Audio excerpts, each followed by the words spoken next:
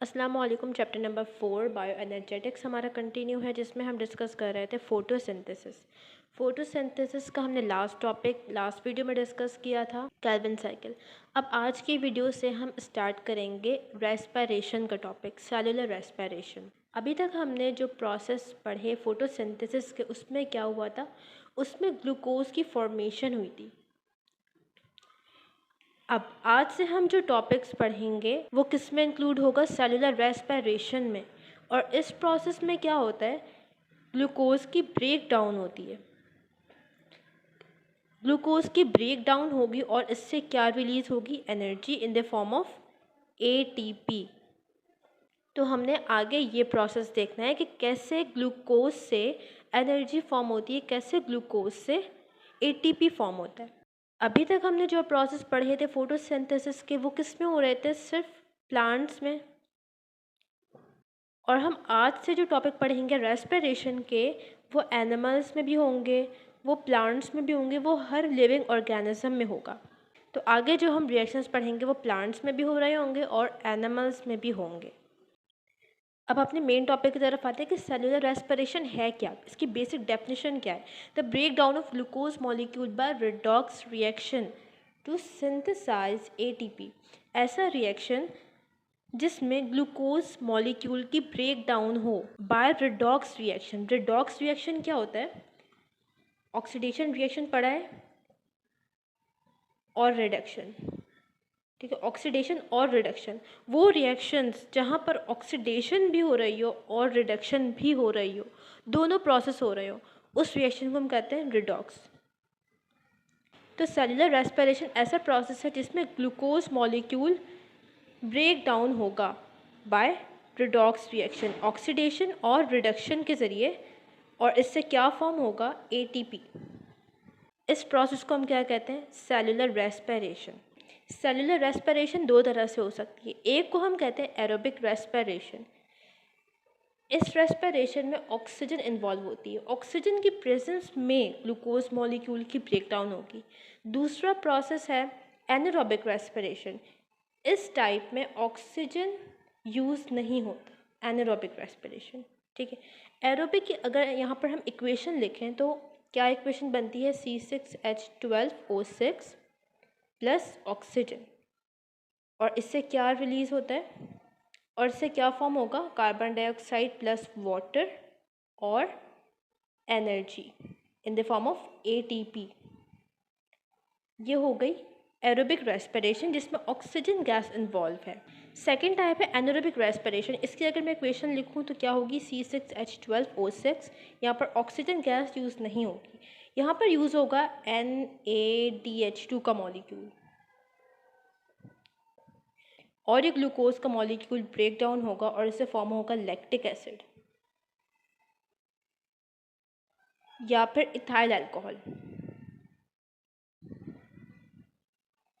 दो तरह की एनारोबिक रेस्पिरेशन होती है, एक में बनता है लैक्टिक एसिड, एक में बनता है इथाइल अल्कोहल। ये जब आगे हम टाइप्स पढ़ेंगे तो वहाँ पर हम इसको डिटेल में डिस्कस करेंगे, ठीक है। अच्छा, अब ये रेस्पिरेशन का प्रोसेस देखने में लग रहा है कि सिंगल स्टेप प्रोसेस है, बट इस सिंगल स्टेप के दरमियान भी कई सारे स्टेप्स हैं जो कि हमने डिस्कस करने हैं। यही हमने इस टॉपिक में पढ़ना है कि कैसे ग्लूकोज ब्रेक डाउन हो रहा है। अब ये बात समझो कि इन दोनों प्रोसेस में कुछ रिएक्शंस ऐसे हैं जो कि कॉमन है, कुछ रिएक्शंस ऐसे हैं जो कि एनारोबिक में भी हो रहे हैं और एरोबिक रेस्पिरेशन में भी हो रहे हैं, सेम रिएक्शंस हैं। और कुछ रिएक्शंस ऐसे हैं जो कि डिफरेंट हैं। वो रिएक्शंस जो कि कॉमन हैं, उन रिएक्शंस को हम कहते हैं ग्लाइकोलिसिस। ग्लाइकोलिसिस एक ऐसा प्रोसेस है रेस्पिरेशन का जो एरोबिक रेस्पिरेशन में भी होता है और एनारोबिक रेस्पिरेशन में भी होगा। दोनों में ग्लाइकोलिसिस का प्रोसेस सेम है। ये बात समझ आई। कुछ रिएक्शंस ऐसे हैं जो कि दोनों टाइप्स में सेम है, जिसे हम कहते हैं ग्लाइकोलिसिस। तो ग्लूकोज का मॉलिक्यूल है, सबसे पहले ये जाएगा ग्लाइकोलिसिस में, इसकी होगी ग्लाइकोलिसिस।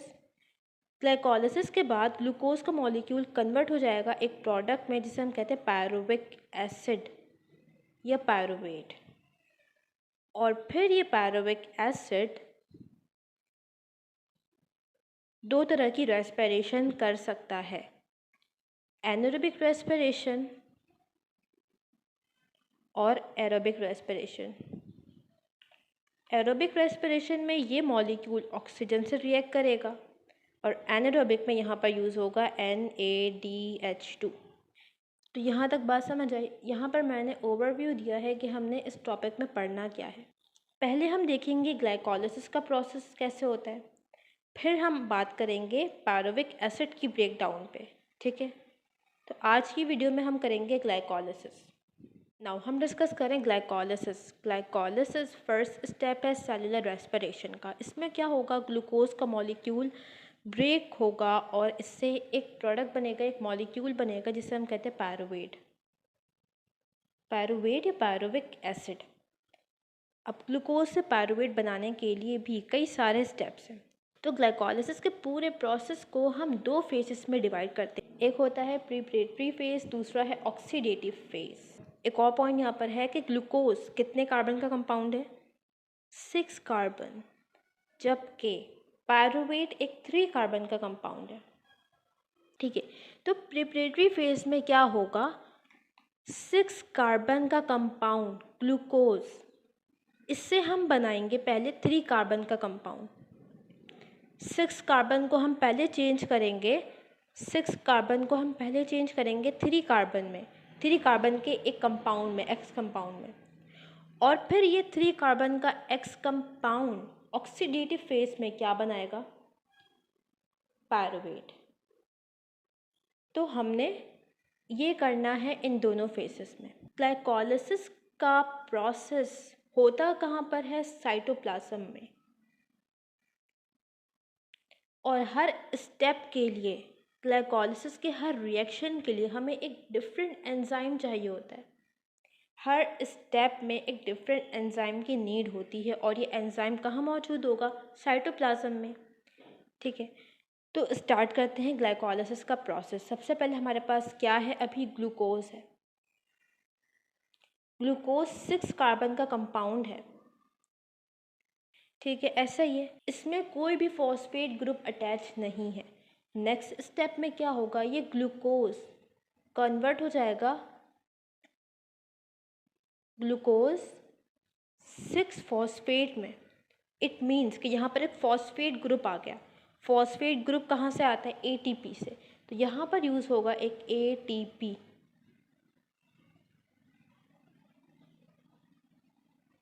ATP ने फॉस्फेट दिया, ग्लूकोज क्या बन गया, ग्लूकोज 6 फॉस्फेट, जिसके 6 कार्बन पे फॉस्फेट लग गया।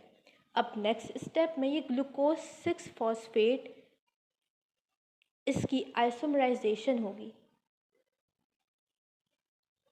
मतलब मॉलिक्यूल्स की जो एटम्स हैं उसकी रीअरेंजमेंट होगी। ग्लूकोज का आइसोमर क्या होता है, फ्रक्टोज। तो ये किस में कन्वर्ट हो जाएगा, फ्रक्टोज 6 फॉस्फेट, ऐसे ही रहेगा। अब नेक्स्ट स्टेप में एक और फॉस्फेट ग्रुप लगेगा यहाँ पर, तो ये बन जाएगा फ्रक्टोज बिसफॉस्फेट या डायफॉस्फेट। फॉस्फेट ग्रुप अटैच हुआ है। फॉस्फेट ग्रुप कहाँ से आता है, ATP से। तो यहाँ पर दोबारा से एक ATP यूज़ होगा और ये ATP खुद फिर किस में कन्वर्ट हो जाएगा, ADP में, ठीक है। हमारे पास क्या बन गया, फ्रक्टोज 1,6 बिसफॉस्फेट। अभी तक ये तमाम कंपाउंड 6 कार्बन के हैं, ठीक है। ग्लूकोज भी 6 कार्बन का होता है, फ्रक्टोज भी 6 कार्बन का कंपाउंड है। अब नेक्स्ट स्टेप इम्पॉर्टेंट स्टेप है। यहाँ पर क्या होगा, फ्रक्टोज का मॉलिक्यूल 2 मॉलिक्यूल्स में ब्रेक होगा। फ्रक्टोज जो कि एक 6 कार्बन का कंपाउंड है, ये ब्रेक हो जाएगा 2 डिफरेंट कंपाउंड्स में, और ये दोनों कंपाउंड्स 3 कार्बन के होंगे। एक कंपाउंड को हम कहते हैं ग्लाइसरल्डिहाइड, ग्लाइसरल्डिहाइड 3 फॉस्फेट, और दूसरा कंपाउंड कहलाता है हाइड्रोक्सी एसीटोन फॉस्फेट, जिसे हम शॉर्ट फॉर्म में DHAP भी कहते हैं। एक फ्रक्टोज 1,6 बिस फॉस्फेट से ये 2 कंपाउंड्स बनेंगे। अच्छा, अब ये जो दोनों कंपाउंड्स हैं ये इंटरचेंजेबल हैं, डाईहाइड्रो ऑक्सीएसीटोन फॉस्फेट ग्लाइसरॉल्डिहाइड 3-फॉस्फेट बना सकता है। ग्लाइसरॉल्डिहाइड 3-फॉस्फेट DHAP में कन्वर्ट हो सकता है। नॉर्मल कंडीशंस पे क्या होता है, डाईहाइड्रो ऑक्सीएसीटोन फॉस्फेट ये कंपाउंड कन्वर्ट हो जाता है ग्लाइसरॉल्डिहाइड 3-फॉस्फेट में। तो हम लिखते क्या हैं कि फ्रक्टोज 1,6 डाईफॉस्फेट कन्वर्ट हो रहा है 2 मॉलिक्यूल्स में ऑफ ग्लाइसरॉल्डिहाइड 3-फॉस्फेट। DHAP को हम शो नहीं करते। तो प्रिपरेटरी फेज के लास्ट में क्या हुआ, ग्लूकोज जो कि एक 6 कार्बन का कंपाउंड था ये कन्वर्ट हो गया एक 3 कार्बन कंपाउंड में जिसे हम कहते हैं ग्लाइसरॉल्डिहाइड 3-फॉस्फेट, और इसके 2 मॉलिक्यूल्स फॉर्म हुए हैं। एक ग्लूकोज के मॉलिक्यूल से 2 मॉलिक्यूल्स फॉर्म हुए हैं ग्लाइसरॉल्डिहाइड 3-फॉस्फेट के। अब ऑक्सीडेटिव फेज में क्या होगा, ग्लाइसरॉल्डिहाइड 3-फॉस्फेट ये कन्वर्ट होगा 1,3-बिसफॉस्फोग्लाइसरेट।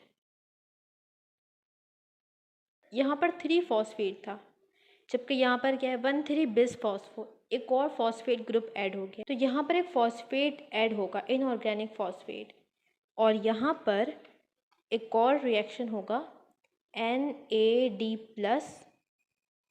ये रिड्यूस हो जाएगा और क्या फॉर्म कर लेगा, NADH2।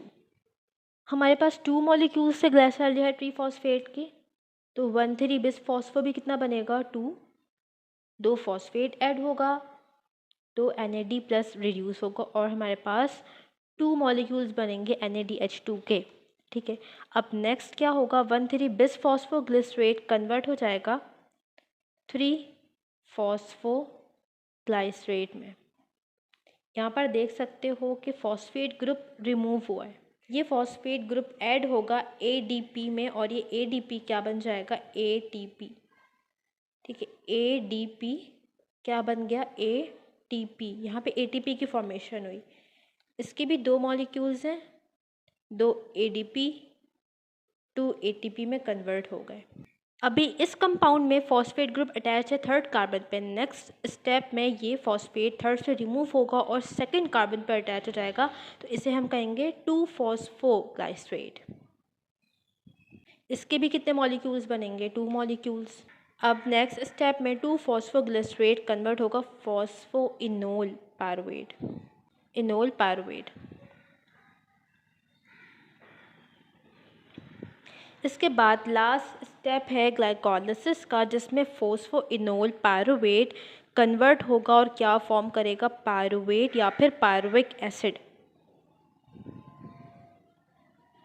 फॉस्फोइनोल पायरुवेट जब बनेगा तो यहाँ पर देखो फॉस्फेट ग्रुप है फॉस्फोइनोल पायरुवेट में, और पायरुवेट में फॉस्फेट ग्रुप नहीं है, तो यहाँ से एक फॉस्फेट ग्रुप रिलीज होगा जिसको ADP ऐड कर लेगा और ये किस में कन्वर्ट हो जाएगा, ATP में। ये लास्ट स्टेप है ग्लाइकोलिसिस का। यहाँ पर फॉस्फोइनोल पायरुवेट के 2 मॉलिक्यूल्स हैं, पायरुवेट के 2 हैं, ADP भी 2 है, ATP भी 2 है। ये तमाम कंपाउंड्स 3 कार्बन के। ठीक है, ये जो हमने ऑक्सीडेटिव फेज में जितने भी कंपाउंड्स बनाए हैं ये तमाम कंपाउंड्स 3 कार्बन कंपाउंड है। पायरुवेट भी एक 3 कार्बन का कंपाउंड है। तो यहाँ पर ग्लाइकोलिसिस में हमने क्या किया कि ग्लूकोज जो कि एक 6 कार्बन का कंपाउंड था इसे हमने चेंज किया पायरुवेट में जो कि एक 3 कार्बन का कंपाउंड है। एक और पॉइंट यहाँ पर नोट करो, ग्लूकोज के कितने मॉलिक्यूल्स से, 1 मॉलिक्यूल था। लास्ट में हम पायरुवेट के कितने मॉलिक्यूल्स मिले, 2 मॉलिक्यूल्स मिले। तो एक ग्लूकोज के मॉलिक्यूल से हमें 2 पायरुविक एसिड के मॉलिक्यूल्स मिलते हैं। ठीक है, एक ग्लूकोज कितना पायरुवेट बनाएगा, 2 मॉलिक्यूल्स ऑफ पायरुविक एसिड। अच्छा, अब रेस्पिरेशन में हम जो भी प्रोसेस डिस्कस करेंगे उसके लास्ट में हम ये लाजमी देखेंगे कि यहाँ पर हमें कितने ATP मिले हैं, कितने ATP की फॉर्मेशन हो रही है। ठीक है, तो यहाँ पर अगर हम ग्लाइकोलिसिस की बात करें तो कितने ATP फॉर्म हो रहे हैं, 2 ATP यहाँ पर फॉर्म हुए और 2 ATP यहाँ पर फॉर्म हुए। टोटल हमारे पास हो गए 4 ATP, 4 ATP की फॉर्मेशन हुई है। अच्छा, अब एक और पॉइंट नोट करो कि ग्लाइकोलिसिस के स्टार्ट में 2 ATP यूज़ हुए थे, 2 ATP यूज़ हो गए थे। तो जो ATP यूज़ हो गए हम उसे माइनस कर देंगे। ठीक है, हमें टोटल मिले 4 ATP, उसमें से 2 जो हैं वो साइकिल के शुरू में यूज़ हो गए। तो नेट गेन ATP का हमारे पास कितना हुआ, 4 में से हम 2 माइनस कर देंगे, 2 ATP। ग्लाइकोलिसिस में हमें नेट गेन होता है 2 ATP का, इसके अलावा हमें 2 मॉलिक्यूल्स NADH2 के भी मिलते हैं। तो हमें क्या क्या मिला, 2 NADH2 plus 2 ATP। Net gain हमारे पास 2 ATP का हुआ, ये हमें मिला है ग्लाइकोलिसिस के रिजल्ट में। अच्छा, अब एक और पॉइंट यहाँ पर समझो कि NADH2 है, NADH2, NADH2 बना सकता है ATP। NADH2 क्या बना सकता है, ATP। ये कैसे बनाता है, इसे हम इलेक्ट्रॉन ट्रांसपोर्ट चेन में आगे डिस्कस करने वाले हैं। और एक NADH2 से 3 ATP बनते हैं, ठीक है। एक NADH2, 1 NADH2 का मॉलिक्यूल 3 ATP बना सकता है। अब हमें ग्लाइकोलिसिस में कितने NADH2 मिले, 2। तो इससे कितने ATP फॉर्म हो सकते हैं, 6 ATP इस तरह से बनते हैं। तो टोटल अगर हम बात करेंगे ग्लूकोज के एक मॉलिक्यूल की ग्लाइकोलिसिस के रिजल्ट में हमें टोटल कितने ATP मिलते हैं, 8 ATP। 6 NADH2 से फॉर्म हो रहे हैं और 2 हमें नेट गेन के थ्रू मिले हैं। टोटल कितने हो गए, 8 ATP। अब हमारे पास पायरुवेट बन चुका है। पायरुवेट जो कि एक 3 कार्बन कंपाउंड है। अब ये पायरुवेट आगे जाकर एनारोबिक रेस्पिरेशन कर सकता है और एरोबिक रेस्पिरेशन भी कर सकता है। इन रिएक्शंस पर हम नेक्स्ट वीडियो में बात करेंगे। यहाँ पर हमारा ग्लाइकोलिसिस का टॉपिक कंप्लीट होता है। कोई भी बात समझ में ना आई हो, कोई भी स्टेप समझ में ना आया हो, तो कमेंट सेक्शन में पूछ सकते हो।